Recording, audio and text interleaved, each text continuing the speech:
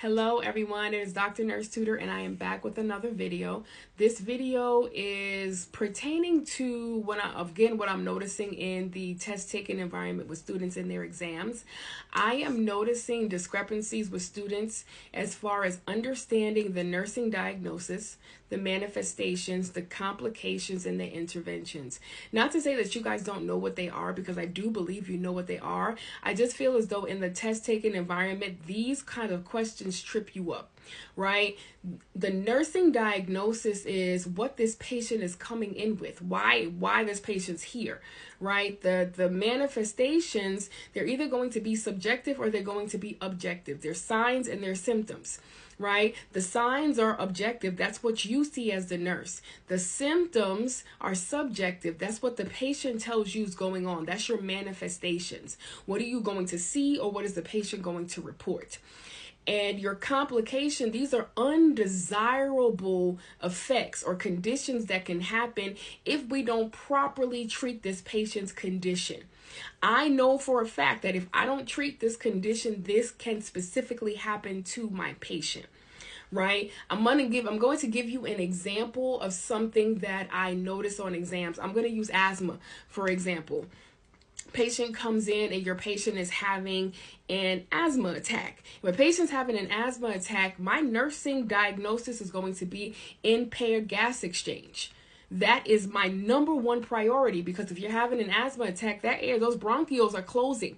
I'm having bronchospasms, right? So I'm going to be trapping in air, which is going to increase my patient's risk for respiratory acidosis, because I'm not expelling that CO2. So my priority nursing diagnosis is going to be impaired gas exchange. The manifestations are either what the patient's going to report to you or what it is you're going to see. You're going to see dyspnea, that's shortness of breath. You're going to see decreased level of consciousness. That patient's going to cough. They're going to cough up mucus, right? Mucoid sputum. You're going to hear wheezes in your patient's lungs. These are all the things that either the patient's going to report to you if they can, or what you're going to see on your assessment. That's your assessment. Those are the manifestations of what someone looks like or what someone will report when they're having an asthma attack. Complications would be if I don't properly treat this. This is what can happen. An undesirable effect can happen if I don't properly treat this. A complication of an asthma attack could be status epilepticus. Status epilepticus is you are treating someone's asthma attack, right? You're giving them the inhalers, you're giving them the steroids, you're giving them all the things, and the airways don't open.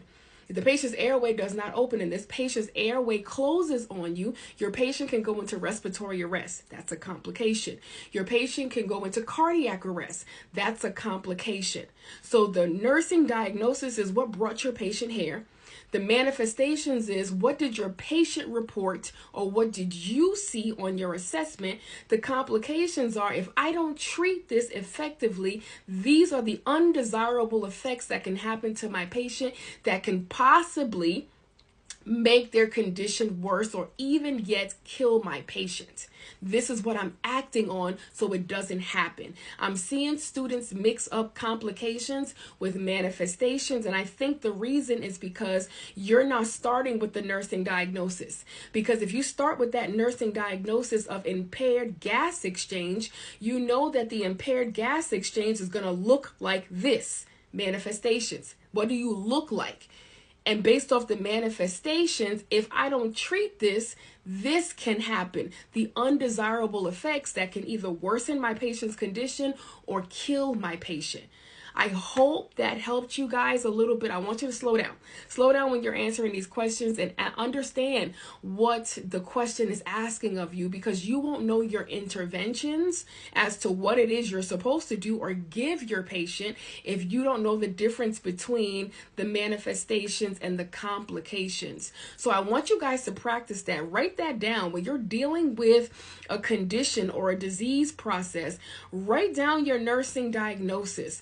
Write down all the manifestations the patient may report or you may see on your assessment. Write down what your interventions are. Write down what the complications possibly could be, so that doesn't trip you up in the question when you're getting ready to answer the question. All right. I hope that helped. I hope that does help with your test taking strategies.